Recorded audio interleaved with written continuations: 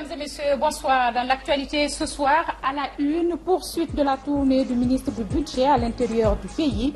Mohamed Lamine Doumbouya est allé expliquer les nouvelles mesures prises dans la modernisation des recettes.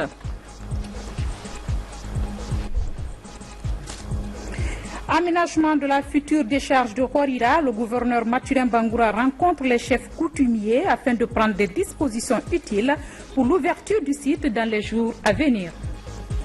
Et puis le monde a célébré aujourd'hui, 21 juin, la fête internationale de la musique. Notre rédaction vous propose ce soir la portée de la musique pendant le Ramadan. Voilà pour les titres encore. Bienvenue à tous. Premier titre de ce journal, le ministre du Budget poursuit sa tournée de sensibilisation dans le pays profond. Après Boké, Mohamed Lamine Doumbouya a conféré avec les acteurs impliqués dans la mobilisation des recettes à Labé, Mamou et Farana. Il est allé expliquer aux opérateurs économiques les nouvelles mesures prises par son département. Mamadi Gassama, compte rendu. Après Boki, la préfecture de l'Abbé est la seconde étape de la tournée de sensibilisation du chef du département du budget. Au-delà de sa prise de contact avec les structures déconcentrées, le volet mobilisation des recettes est aussi à l'ordre du jour de la rencontre. Si l'on veut redynamiser l'économie guinéenne, relancer l'économie guinéenne, il faut que tous les partenaires, tous les acteurs jouent leur partition comme il faut. Et il y a des décisions qui ont été prises qui semblent être incomprises, mais pourtant qui sont bien fondées. Par exemple, celle de ramener tous les opérateurs à exporter par certains produits spécifiques, le café, le cacao ou l'anarcade par le port de Conakry. Je pense qu'on a pris soin, à travers le directeur général de la douane, d'expliquer cela, mais aussi la nécessité de collaborer avec nos services, que ce soit le service des impôts ou le service de la douane. Du côté de Mamou, la démarche est également élargie aux différents acteurs impliqués dans la mobilisation des recettes publiques. La lutte contre la corruption, les déperditions fiscales, le paiement des impôts, toutes ces questions ont été passées au crible. Il est normal qu'un contrôleur se rapproche de l'administration fiscale pour savoir quels sont ses droits et obligations. Mais il est aussi une obligation pour nous, en tant qu'administration fiscale, de se rapprocher aussi des contribuables à travers les ateliers et autres pour leur expliquer quels sont leurs devoirs et quels sont leurs droits. Il se trouve qu'en grande partie, les opérateurs économiques qui sont analphabètes ne connaissent pas les tests, ne connaissent pas quand et comment il faut payer ses impôts. Donc je ne peux qu'apprécier hautement cette démarche. Dans les prochains jours, la direction des impôts et celle des douanes entendent déployer des agents à l'intérieur du pays en vue d'engranger plus de ressources pour le bien de l'économie nationale. L'organisation pour la mise en valeur du fleuve Gambie, bientôt l'installation des comités locaux de suivi du projet de gestion environnementale et sociale dans les 4 pays membres. À cet effet, une réunion de sensibilisation et d'information des acteurs concernés s'est tenue hier ici même à Conakry. Nabi Kamara pour plus d'informations. C'est une réunion d'information et de sensibilisation pour la mise en place des comités nationaux et des comités locaux de coordination et de suivi du projet énergie de l'OMVG. Ces structures ont pour rôle de participer activement et efficacement à la mise en œuvre du projet. Donc en donnant des conseils, en réglant des problèmes sociaux liés à la réinstallation des populations et aussi et surtout en préservant les écosystèmes et l'environnement. Sont réunis les gouverneurs des régions administratives, les maires, les chefs de délégations spéciales des zones concernées par ce projet régional, structurant faisant partie des projets prioritaires du système d'énergie électrique de l'Afrique de l'Ouest. On est venu pour être informé de l'ampleur du projet, les villages impactés, les villages éventuellement qui seront à être déplacés. Et donc, avec ces informations, nous allons nous mettre en rapport avec les bases, c'est-à-dire les représentants de ces villages-là, voir comment faire pour que l'impact soit minimal pour les populations et comment faire pour que le projet puisse continuer dans les bonnes conditions avec un minimum d'impact. Des engagements qui rassurent le gouvernement. Vous qui êtes les représentants de ces niveaux locaux, il est essentiel que vous soyez notre porte-parole et traduire sur le terrain la nécessité de faire en sorte que les populations prennent en compte l'urgence non seulement de se développer, mais de préserver l'environnement.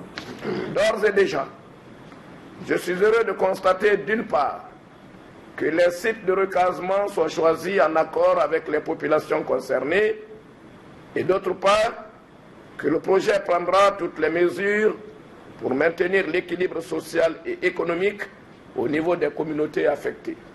Ce sont au total 6 comités de coordination et de suivi qui seront installés en Guinée. Plus de 900 tonnes de poissons destinés aux femmes marieuses débarquées au port de Conakry.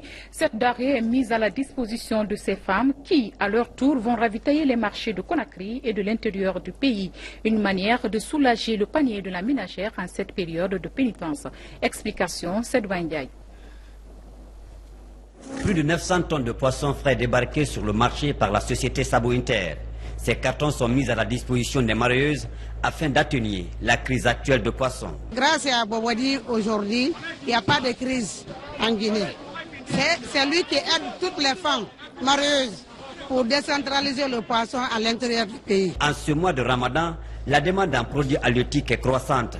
Aux côtés du gouvernement, certaines compagnies de pêche industrielle font l'effort pour assurer la disponibilité du poisson dans les marchés. Nous avons beaucoup de frigos aujourd'hui dans certains coins de la République pour pouvoir satisfaire les populations. Tous les 4 coins du pays, Sabo Inter est représenté. La preuve en est ici, nous avons des marieuses, des grossistes, et ils sont là, c'est leurs camions qui sont garés là, ils sont prêts comme ça après avoir les approvisionnés pour partir en destination. Pourquoi souvent on parle souvent de crise de poissons parce que les gens pensent que nos poissons ne sont consommés qu'à Conakry comme avant. Mais aujourd'hui, les poissons pêchés à Conakry sont consommés dans tout le pays. La preuve en est que les camions frigorifiques des différentes préfectures sont présents au port. Cette quantité de poissons est livrée à un prix préférentiel aux marieuses. À leur tour, elles ont obligation de faciliter l'écoulement de ce produit précieux auprès des consommateurs. L'impact des cantines scolaires sur la vie sociale. Après l'ouverture de 50 nouvelles cantines, une mission de suivi-évaluation vient de constater à Kankan l'impact de ces cantines sur le maintien et l'accès des écoles dans les zones de pauvreté. Les images de Sadou Bari sont commentées par Baba Kouyaté. Améliorer l'accès des élèves, leur maintien pour une réussite scolaire dans les zones de pauvreté préoccupe le gouvernement guinéen. Au compte de l'année scolaire 2015-2016, l'État guinéen, à travers la Direction nationale des cantines scolaires, a ouvert 50 nouvelles cantines à travers le pays. Dans la région de Kankan, par exemple, notamment dans les districts de Dossori, Bankala et Soumankoyi, plus de 400 élèves bénéficient de ce projet. L'impact des cantines scolaires sur l'éducation est apprécié. Je suis contente de la cantine. Merci professeur Alpha Condé. Merci madame la directrice des cantines scolaires. Nous avons été agréablement surpris de la relance de ces cantines scolaires. Ces écoles ont été approvisionnées par le gouvernement et ont été aussitôt démarrées. Aujourd'hui, les enfants mangent à l'école et restent jusqu'à 17h30 sans souci. À Madina, un quartier périphérique de Kankan, 500 élèves sont concernés par cette ration journalière du repas scolaire. Pour la rentrée scolaire prochaine, la Direction nationale des cantines mise sur une nouvelle stratégie. Elle consiste à faire des achats locaux en vue de promouvoir la production dans les zones ciblées. Cette nouvelle du président de la République, qui consiste à acheter des produits locaux avec nous et pour nos enfants, nous réjouit. Nous le remercions.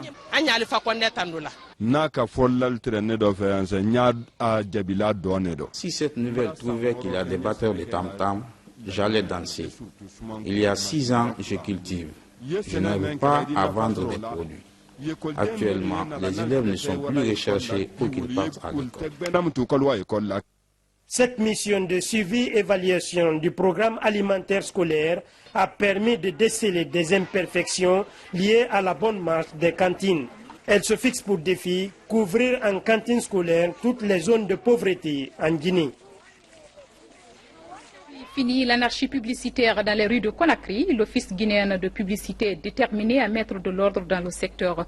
Une mission de cette structure est depuis hier sur le terrain. Objectif, démonter tous les panneaux ne respectant pas les normes de distance fixées à 50 mètres entre les panneaux. Bernard Tonguino nous fait le récit. Les affichages publicitaires anarchiques, le constat frappe à l'œil le long des rues de Conakry. L'Office guinéen de publicité s'élève contre la pratique. Les panneaux publicitaires ne répondant pas aux normes sont arrachés.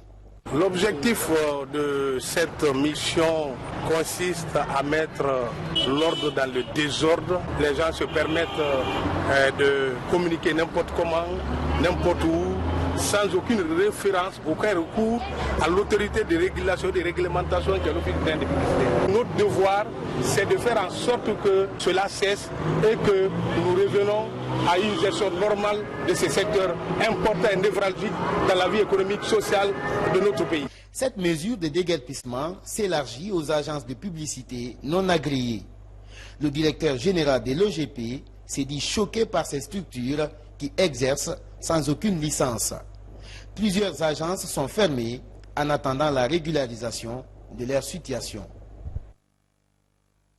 Assainissement marche vers l'aménagement de la future décharge de Horira dans la préfecture de Dubreka. Le gouverneur s'est entretenu à ce sujet avec les chefs coutumiers afin de prendre des dispositions pour rendre opérationnel le domaine dans les jours à venir. Moussa Bangoura Ousmane Kamara signe ce reportage. Toutes les activités sont au ralenti à la décharge de la minière. La machine servant de broyage des ordures est en panne. La route qui mène au dépotoir est envahie par la boue. Le bouchon est provoqué par des camions stationnés à la rentrée de la décharge. Une situation qui inquiète les autorités de Conakry. Une ville qui produit en moyenne 2000 tonnes d'ordures par jour. Nous sommes en panne depuis près de 2 semaines. On n'a qu'un vieux bill. Depuis de l'Anquitiqué, on n'a pas d'autre bill. Il peut travailler 2 semaines, 1 mois en panne. Pour pallier ce épineux problème, le gouverneur de Conakry, avec les cadres techniques, se sont rendus à la future décharge de Horira, dans la préfecture de Dubreka.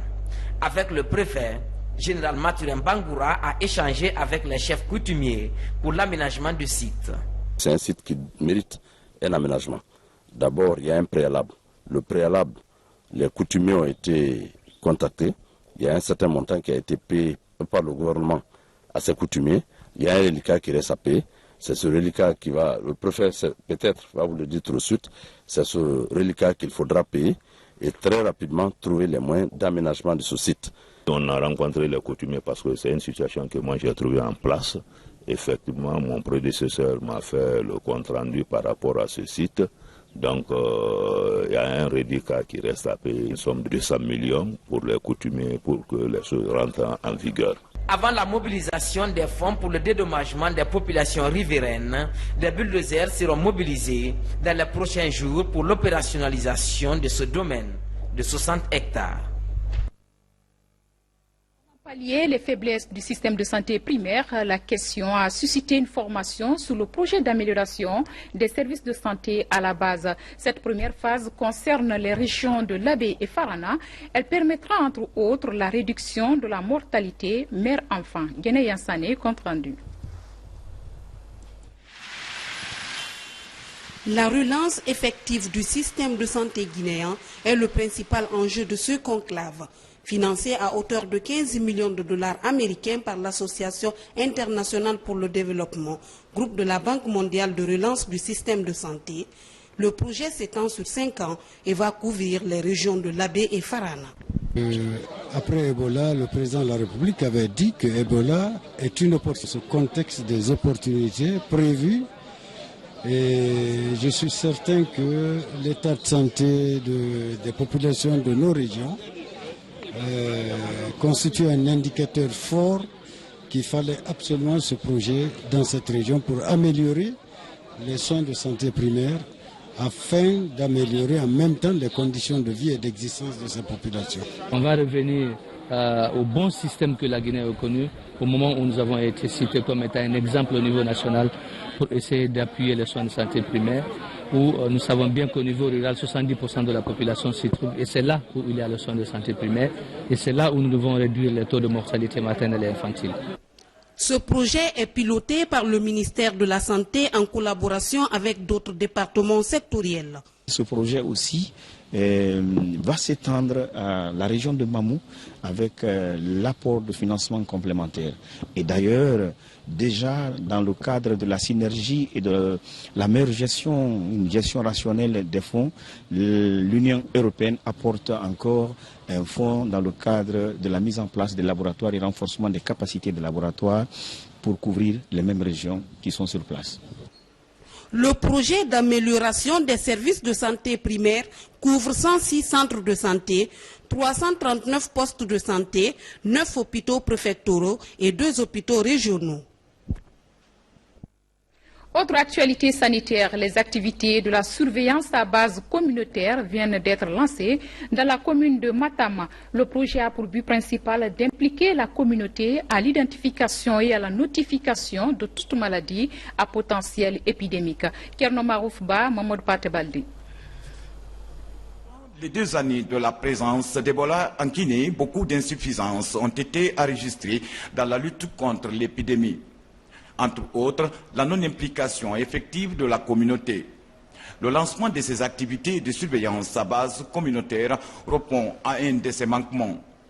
Financée par le CDC, l'initiative est exécutée par le projet RTI des tests et va toucher les 24 quartiers de la commune de Matam. Il est question ici de l'appui au ministère de la Santé, surtout de la surveillance intégrée des maladies et la riposte dans sa composante communautaire.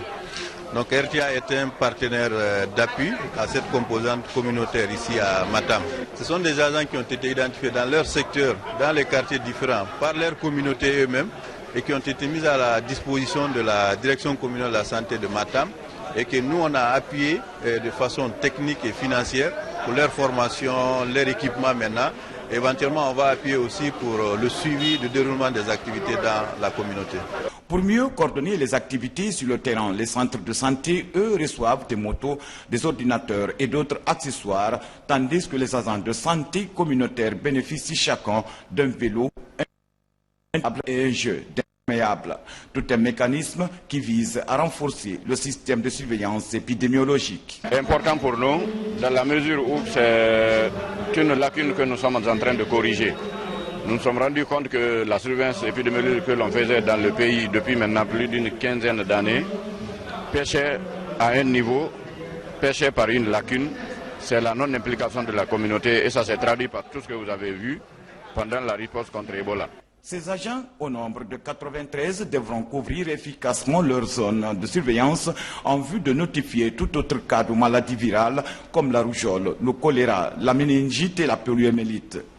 La commune de Matam vient compléter la liste à 19 après les 18 préfectures et communes ayant mis en place ces équipes de surveillance communautaire. Pour s'enquérir de l'état de santé des hommes en uniforme alité, le chef d'état-major général des armées s'est rendu dans certaines structures sanitaires de la capitale. Une visite qui lui a permis également de constater la qualité du service. Commandant Mohamed Kassé est correspondant de la presse militaire. En ce mois saint de Ramadan, le chef d'état-major général des armées se rend au chevet des militaires et paramilitaires malades afin de s'enquérir de leur état de santé. Une des démarches qui s'inscrit dans son plan d'action qui est celui de doter aux forces armées des conditions de vie et de travail décentes. Je suis très content. Dès que j'ai appris le matin qu'il doit venir, j'étais fièrement content. Vraiment, nous le remercions et nous lui demandons vraiment de continuer dans ce sens. Sa visite me réconforte beaucoup. Merci beaucoup. Et les médecins s'occupent beaucoup de moi. Soucieux de l'état de santé des militaires et paramilitaires, le général de corps d'armée Namori Traoré exhorte le personnel soignant à plus d'engagement pour remonter le moral des patients. Venir de si bon matin, voir ses amis, ses compagnons d'armes, pour les réconforter, leur remonter le moral. Je crois qu'il n'y a pas meilleur acte que cela. Nous, élus du peuple, rassurés. Et ça, je transmettrai à l'Assemblée par rapport à ce que j'ai vu ce matin. D'abord, chercher à savoir quelles sont les conditions du traitement, mais aussi chercher à remonter leur morale. C'est extrêmement important. Vous savez, quand un patient est sur son lit de malade, il y a le traitement médical qui est là, mais aussi il y a le moral. Donc notre objectif, c'est de chercher à remonter le moral de nos compagnons d'armes, leur prouver qu'ils ne sont pas abandonnés à eux-mêmes et que, quelles que soient les circonstances, le commandement veille sur eux. Cette visite périodique du chef d'état-major général des armées dans les structures sanitaires de la capitale est un acte qui renforce la fraternité d'armes. Passation de service dans le secteur de l'aviation. Après son mandat au secrétariat général de la FIR Robert Soliberia, le nouveau directeur national de l'aviation civile a pris fonction cet après-midi. Elhadj Mamadi Kaba remplace à ce poste Elhadj Dianté Keïta, lui-même nommé à la tête de l'agence de la navigation aérienne. Compte rendu, Abdul Karim Kamara. L'aviation civile guinéenne a connu des mutations ces dernières années. Cet homme est son nouveau directeur national. Par le passé, Mamadi Kaba a été ici même 2 fois directeur national adjoint. En prenant les rênes de ce secteur des transports, l'homme invite sa famille professionnelle à redoubler d'efforts afin de relever les défis. Défis parmi lesquels il faut citer la présence très prochainement d'une compagnie nationale. Laissez-moi vous rappeler que nous sommes le premier pays au sud du Sahara à avoir sa propre compagnie aérienne et ses équipages en propre. Donc la volonté que le gouvernement affiche actuellement est une volonté qui doit être commune à l'ensemble des Guinéens, dans tous ces compartiments, à l'ensemble du gouvernement. C'est une nécessité qui s'impose pour que nous ayons une compagnie aujourd'hui, pour que nous puissions avoir aussi des pavillons battants République de Guinée qui déchirent les airs.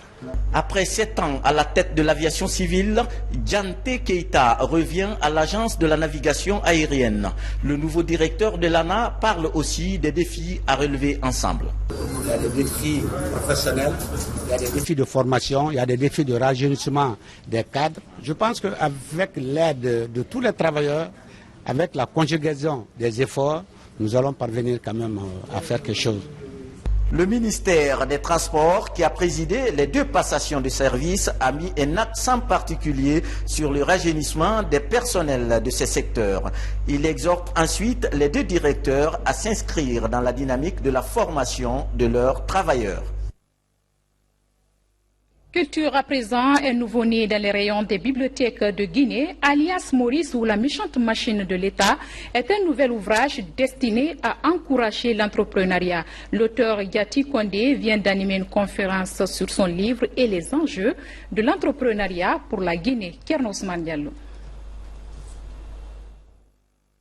Publié aux éditions L'Harmattan, alias Maurice ou la méchante machine administrative de l'État est un ouvrage qui encourage l'initiative privée.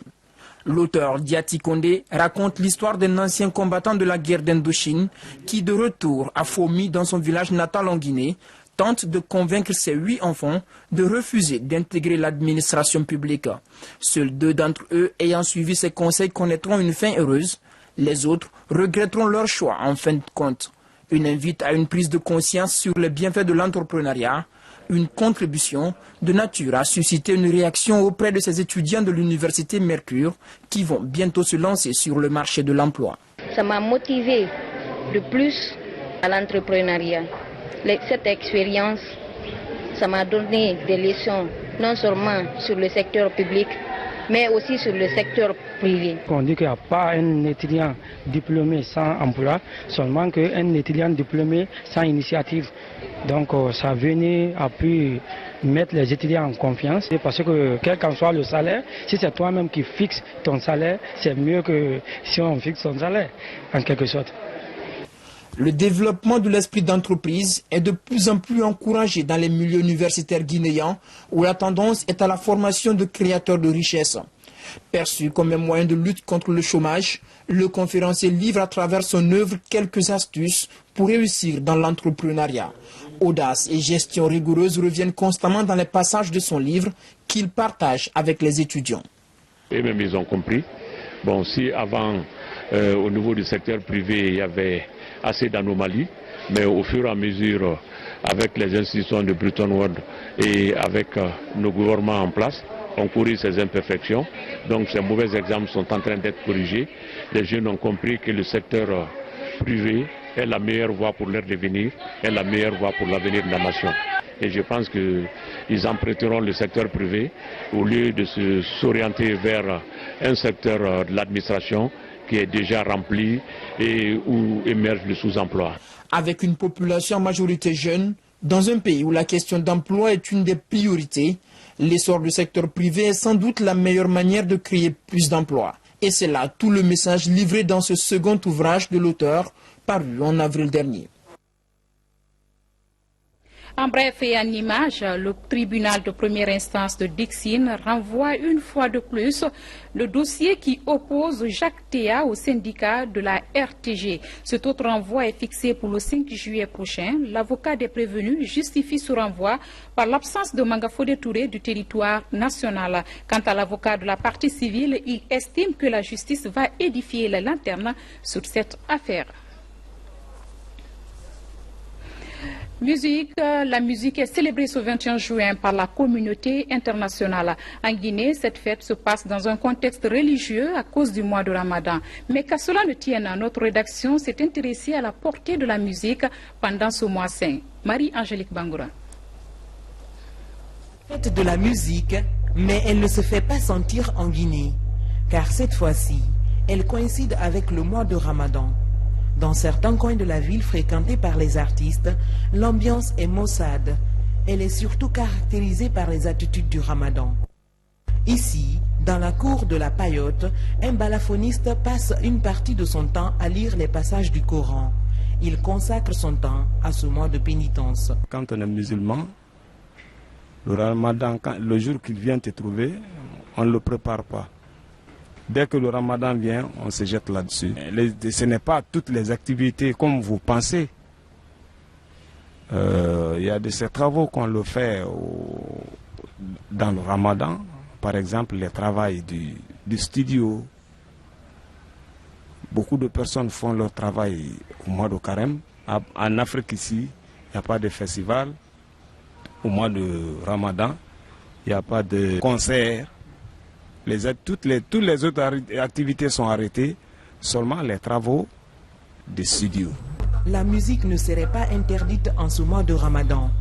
Contrairement à ce que disent certains fidèles musulmans, les responsables islamiques précisent. Donc il y a deux tendances. Une catégorie de personnes dit que la musique n'est pas bonne et une autre la juge bonne. Je dirais que le contenu d'une musique, s'il est instructif, ne peut pas déranger le jeûne du musulman.